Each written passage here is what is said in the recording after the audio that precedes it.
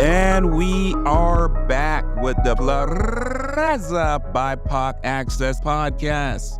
And I am your co-host, Mark, aka Creative Logic. And we are here with your other co-hosts, Ben El Poeta of One Mic Educators, La Raza Open Mic. Very special guest here today from the Rex, as you just heard in the song, Cubano, Salvadoreño, a brother that I approached way back and didn't realize you had actually known me from even further back than that. And it's such an honor for me, brother. This whole podcast series, I'm basically starting it listening to my favorite artist music. So if you can please introduce yourself to us and just share your musical journey. I mean, you're one of the dopest rappers out here. You're killing it. You're representing La Raza. You know, it's such an honor as a fellow Latin American to have you in this podcast with us. So tell us who you are and tell us about your musical journey that got you here, brother. Amazing. So my name is Esco. You know, I'm a Latin artist, singer, songwriter, rapper from the Rexdale area, as Spin let you guys know. And yeah, man, it's just a pleasure to be here. Big shout out to the dope content, to One Mic. And, you know, I started off my musical journey when I was, I want to say 14, 15 years old. That's when I really decided that maybe I'm going to create music. Before that, you know, I learned how to play certain instruments. I had some time with piano. I had some time with guitar. And through school, like, you know, through the music program, I learned how to play trumpet. And I kept going with that for some time. But it wasn't until I was about 14, 15 where I was like, you know what? Classical music training is cool, but like, I want to make the stuff that I like. So I first started making some really terrible house music to start off. But that was what inspired me, you know. I thought I was going to be the next like David Guetta or something, you know what I mean? And then from that, I transitioned into making hip hop beats because that's what I was put onto like in my foundation. So I started making hip hop beats and then we just started to rap to them. They're not good. Like it was not good, but you got to put the reps in when you start. And if you really have a passion for it, you really love it. And that's the main motivator behind it, then you can't go wrong. There's no wrong way to do it. So yeah, that's me. That's Esco, man. Tell us about the song, brother. I love that song. That song is part of my Heads High playlist. What inspired you to make Star? Star's a really dope track, you know. That one I wrote when I was camping. You know, it was a time when I was feeling a little bit stressed out and I went camping to disconnect, you know, to unplug. And I basically, you know, had no internet access, whatever, you know, you're kind of just out in the wilderness. And I had asked for a beat pack from my producer before going because I was like, you know, I'm going to take this time to reflect and to write. And when I heard that beat, I knew that was the one. The project that it's part of, Destiny Bond, had kind of like a space theme, kind of like a astral theme, you know, playing with that. So the beat spoke to me instantly. And I wanted to use that term like star, right? Obviously star is referring to, you know, the celestial objects that are in our solar system or in our galaxy, but also we're all stars. All of us are stars within us. You know, we are actually technically made scientifically from the same particles that exist out there in space that give off light, that radiate light. So that track was kind of to remind myself, but also, you know, that same experience can be absorbed by the listener to believe that they're also a star. And that's basically about that whole project that I made was kind of like cementing myself not in my mind. I didn't make it for anybody else. Like it wasn't for any particular audience. It was for my own artistic development and pursuit. And it was kind of just the stamp for me that like, this is my path and this is what I'm going to do. It was my promise to myself. It's like, listen, if you can make a project that lasts, whatever, I think it ended up being 6-7 tracks. So it's like 20 minutes, you know, and it flows from beginning to end. There's tracks that people like, then that already is a foundation for you to continue to build off of and improve. Because that track I made, I think it was 2021 was when it came out, or 22. I'm not exactly sure. I think it's been at least 2 years. Hey. And when I listen back to the album, I think, wow, like that was such a unique space that I was in when I was really starting out. And I can listen back and reflect now on how much I've improved since then. But I still hold those tracks, like you said, like you can still listen to that song now and I can still get something from it. So Definitely. I kind of wanted to get an idea of how your Cuban-Salvadorian heritage plays into like the music that you make, and like what type of, how do you bring that into these different genres? Like whether it was dance when you were doing dance, now with hip hop, like how do you bring that authenticity to your music? A lot of trap, the Latin urban, all that. for sure. So yeah, it's like I've experimented with a lot of different genres, and I continue to do that. Like I feel like that's kind of like part of my style is the fact that I can be versatile and like try different things, and experiment. Ultimately, recently, like in the past few years, I've made the pivot to include more Spanish lyrics in my music. You know, kind of use that as a lyrical tool and also as a cultural tool because, you know, you can say certain things in Spanish that relate to a Spanish audience more. Same with any language. So I saw that for when I started rap, right? Like I didn't realize that was an asset for me. I kind of like put it away, like, oh, like that's corny to make like Spanish music, like the stuff my parents listen to, for example. Like, you know, when you're growing up, you kind of have that idea that like everything like the old heads do is corny and like whatever. So I was like, you know, my brother was the one who had put me on to rap when I was young, and I was like, no, this is cool. Like this is it. And like hip hop did raise me like to an extent because of that. And I'm also very thankful to my brother. Shout out my brother Adrian, who when I first started, you know, I was listening to like the classics before a lot of people my age would listen to it. So things like, at least what I liked when I really, really was getting into it at the beginning was things like, you know, Lauryn Hill, Kanye West, Nas. Those were like probably the big three. Missy Elliott. Those are some big ones that were like kind of like an introduction for me. And Nas was one that I really gravitated to later once I was older and like I understood about lyrics and I understood more about what he was saying and what it meant and about like just the truth that hip hop is for people, and what that represents. Then when I grow up, right, it's kind of a full circle moment of like, hold up, this Spanish stuff is like, that's still me as well. And so is this. So being able to recognize and bring those two together seemed like such a more of a risk for me that I wasn't willing to take. But once I kind of accepted it, oh man, it was a different story. Like people actually started to gravitate to my music more. People would like kind of accept that it was unique, and it was more of a draw. Yeah. Now, Mark, could you indulge me for a minute, brother, to go full cultural over here? Just go full Spanish with my brother here. Hey, man. For our audiences. Could we do that for a second? So, whole point about BIPOC Access. Bueno, papá. Hablemos aquí. Venite. Yeah, I got a belly blocking my way from extending fully, you know, working on it. ¿Hablas español? Como no, y aquí estamos. ¿Y estarías cómodo presentando tu música en Latinoamérica? Siempre estaría cómodo. De hecho, bueno, he hecho varios festivales aquí para la gente habla hispana con HCHC. Que bueno, tuve el placer de estar en Dundas Square, por ejemplo. Y ahí están todos los latinos, nuestro pueblo, nuestra gente. Wow. Right? Sería un sueño estar, por ejemplo, en Cuba con mi gente, que salgan mis primos. You know what I mean? Bueno, mira, mándale un saludo para el pueblo latinoamericano un saludo que nos a todos escucha. los latinos que estén escuchando, toda la gente habla hispana.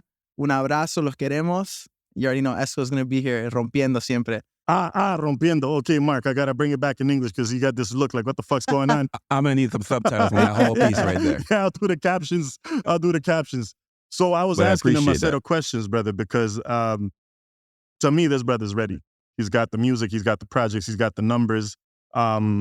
And Latin America is a huge untapped market for you.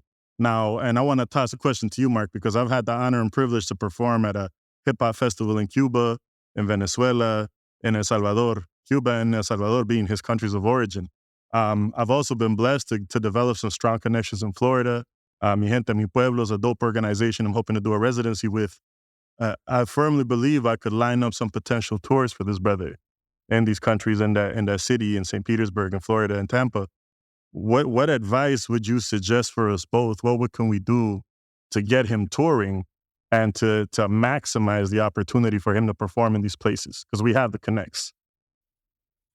Main thing that I always would recommend back is essentially documenting your audience, building your audience and documenting your audience. What I mean by documenting it is documenting the cities that your audience is in. Right. You can find a lot of this information if you've got your music on Spotify, if you have it on Apple, Right. other digital streaming services. You can see the locations where your fans are and where they're playing your music.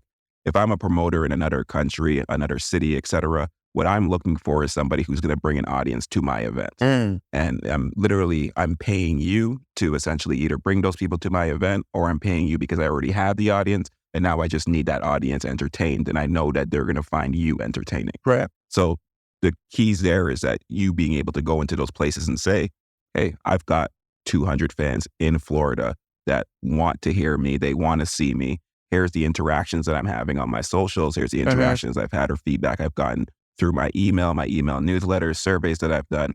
And if you're going to a venue which fits 50 people or 100 people, like, it makes sense for them to book you because you have 200 fans within that area. I think that's kind of one of the keys, is being able to document, show where your fan bases are, continue putting out music and pushing your music, because that's then going to give you more of those analytics to show where your bases are. Right. But that's kind of the key. If you're putting out music and now you're thinking about doing shows, you want to go and perform for the people who are fans of your music. So you want to know where they are. Can he geotag, knowing that I got some connections on the ground? He does as well. Can he intentionally geotag and market his music to those audiences? 100% he can. Beautiful. And that might have been a dumb question. I'm sure he probably knew the answer already. For sure. I'm learning myself, brother. No. How would he do that? So he can either do that through ads. A lot of people right now in the music industry are utilizing Google Ads, which is really YouTube. So YouTube is owned by Google. You can create a music video, and that music video can be an ad. So you can have your music video playing after every other popular music video that's on YouTube.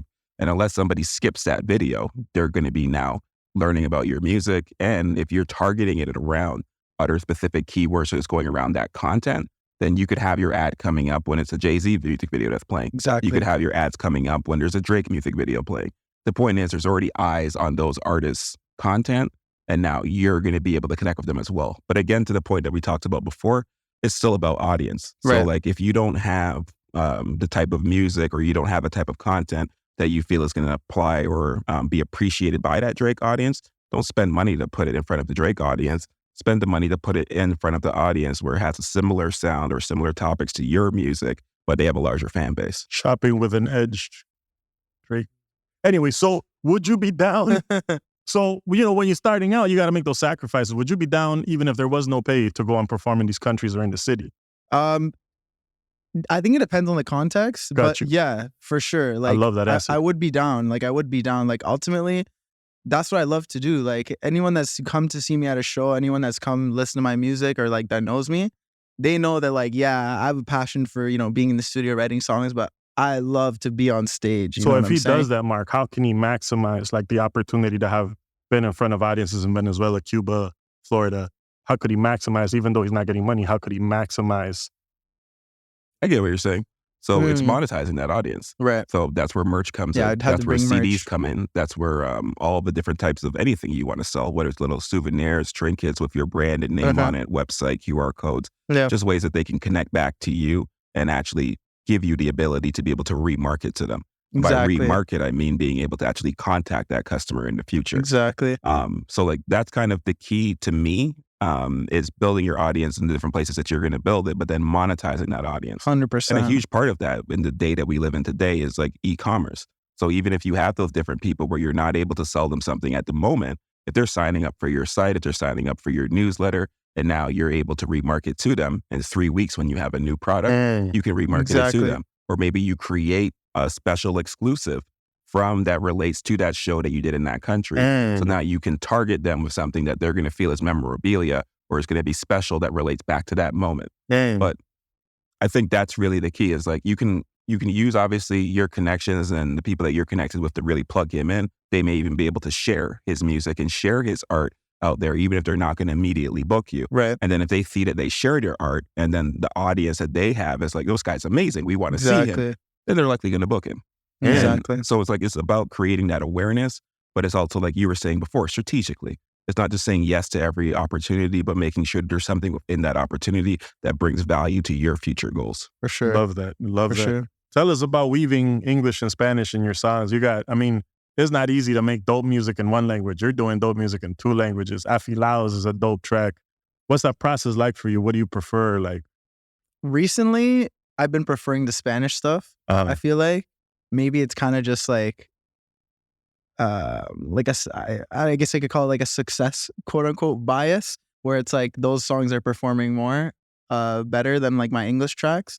But when I started, I was way more comfortable in English, just in terms of like writing songs and stuff like that.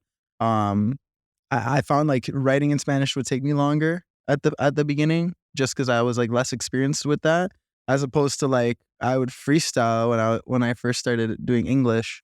Like I would just freestyle anything and like make up rhymes, and I had like a little notebook since I was like 3, you know, putting in some rhymes, or since I was like 5. Sorry. Now I prefer it in Spanish because like in terms of like the urban sound that like I'm messing with now, I really like a lot of the more like melodical aspects of that that maybe aren't as reflected in hip hop. I feel like you know, hip hop it can at certain times it can sacrifice like melodic value for like lyrical value, which is cool too.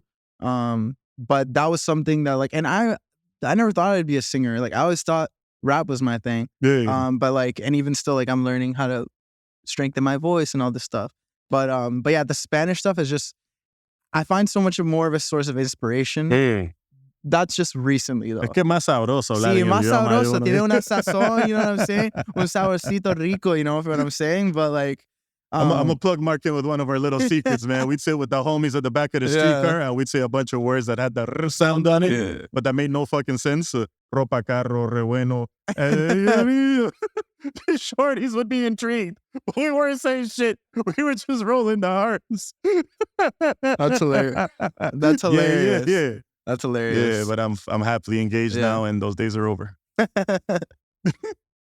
But sorry, I would just want to speak a little bit to what you were saying about you know, the tours and like finding your audience, and like the Spanish stuff ties in super well, because like as you're saying, I feel like we keep talking about the Latin market as like quote unquote untapped market, but I think we're past that now. Yeah. Like I think it's there. It's like the biggest thing now. It's like literally the biggest thing now. I was reading an article that was saying how Mexico City is the streaming capital of the world, basically. So like Bad Bunny just got outdone by a new artist out of Mexico. Yeah. Exactly. 100%. Which is crazy. And Bad Bunny was already killing it. And low key, like that artist wouldn't have reached there if it wasn't for Bad Bunny. So it's showing how like the sound is being introduced to people, and it's opening doors. It's unlocking audiences, you know, like all over the world. It's insane. And I think a huge part of that is the fact that you're speaking to the audience. Too many people were kind of trying to do things English all the time and looking at it like English was it. But to be honest with you, from like 10 to 15 years ago, the rappers that were the most successful and that were doing a lot within Canada, it was the Quebec rappers. It was French rappers. Right. And those same French rappers were able to tap into not only an audience here, an audience in Europe, an audience in Africa. So there are so many French-speaking countries across the world. And that's why I'm trying to hammer audience always. It's because it's really about audience, and it's about being able to connect with that audience. And maybe that audience loves a rap, but they want to hear somebody rap in their language. And then you go and you find, where are they discussing this? Where are these conversations happening? Where are these people? Exactly. And bring them your music. And a huge thing with you that I wanted to just speak on, because it really came to me as you were talking, is that it seems like a lot of your successes came from you becoming comfortable with being uncomfortable. So as opposed to you just wanted to continue going in English, you put in the work to kind of be able to write and do those things in Spanish. And now you're seeing something from it. Right. I was actually pushed in the studio. That's the funny part. Oh, wow. The studio manager that I was working with, shout out Lefty, he's a big reason why like I'm sitting here today talking to you guys. And I remember when I made my first Spanish track, that was like in maybe 2019. And he had been telling me like, you know, for some days I'd be coming to the studio. I like recorded my first mixtape there and all this stuff. And he's like, oh, you know, like your rap's cool, but like, why don't you try some stuff in Spanish? Like you're just here, you're like, hey, this Latino guy, like, do something, do something with it. And I was just like, I was young at the time. I was like 20 at the time, and I was like, oh, maybe. And then one day he just forced me in the studio. He's like, yo, we got this beat for you. This is already, it's got some Latin flavor into it. My track Sonrisa is the one I'm actually talking about. It's my first track. It's my first one, and it was my first track to hit 10K streams on Spotify, which I'm very, very proud of. And yeah, he was like, get in there, man, do some Spanish stuff. And I was like, oh, I don't know. And I was like, it was a little bit uncomfortable. It's also like, sometimes I have a big problem with like self-confidence, where like you'll do something and then you'll just shit on yourself like endlessly. Yeah. For what? Yeah. Like for what, yo? Like we're here to practice, to get better and whatever. But 100%. when I was done, I was so doubtful and whatever. And then everyone was like, yo, this is really dope. Like this sounds like you. Like this is your sound. Like this doesn't sound like you trying to do X, Y, Z. Like this is you for real. So that's when I kind of started to change gears and lean into that more. I love it, bro. Yeah. And the video you recorded is a new project you got coming out. Is that correct? Yeah. And you told me, hey, I'm singing, I'm not rapping. What was that about? Yeah. So I have a new track. It's called Nostalgia. Yeah. We're trying to once again, flip the switch, and this one kind of fuses some elements of hyperpop, D&B, and reggaeton like all together. So it's kind of like a more fast-paced track. It's kind of like a party track, but it also has like a spatial vibe. So I'm kind of bringing it back to when I made my first project. Hey. So this is just the first single for now.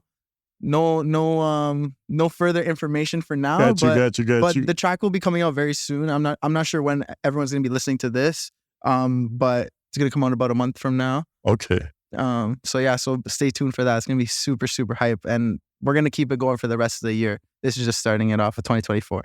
And can you share with us too, like your socials and where they can check your music to see like if it's come out by the time they listen to this interview? 100%. So you guys can follow me on Instagram at It's Esco Baby.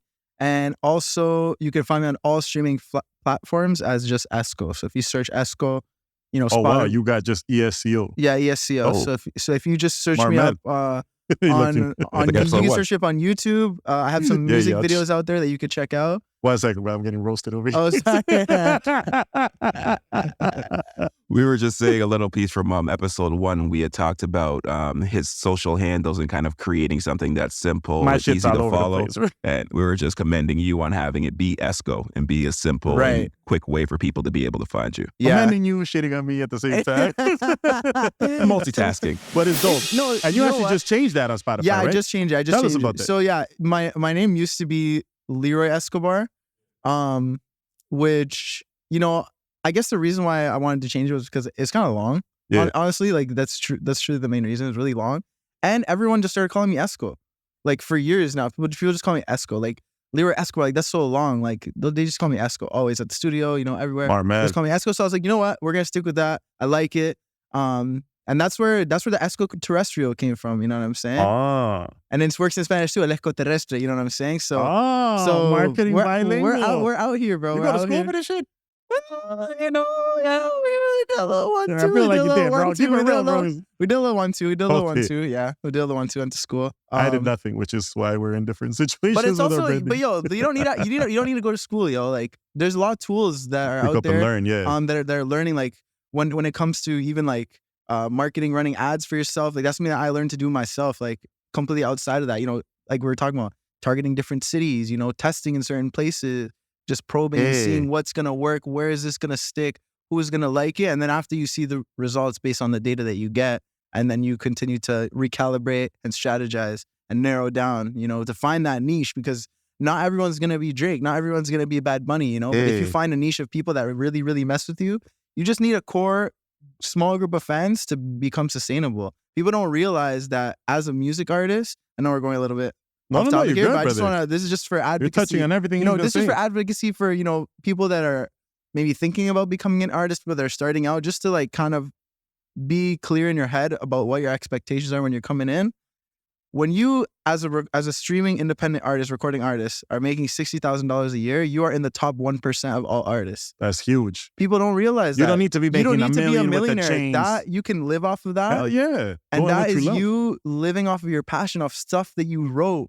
You're living off stuff that you wrote, of stuff that you perform, of your heart, of your mind. So I want everyone to keep that in mind. Anyone who's listening, correct, and just keep pushing. Just keep pushing. And even to your point there, like just to put that into kind of perspective for some people, if you have 1,000 fans and each one of those fans is spending $60 a year with you, which breaks down to being $5 It's $5 a $5 month. $5 a month, So exactly. if they're literally That's spending $60K. $5, that's $60K. There you go. So it's not about you having 10,000 fans, 100,000 fans. Even 1,000. Can you get 1,000 fans?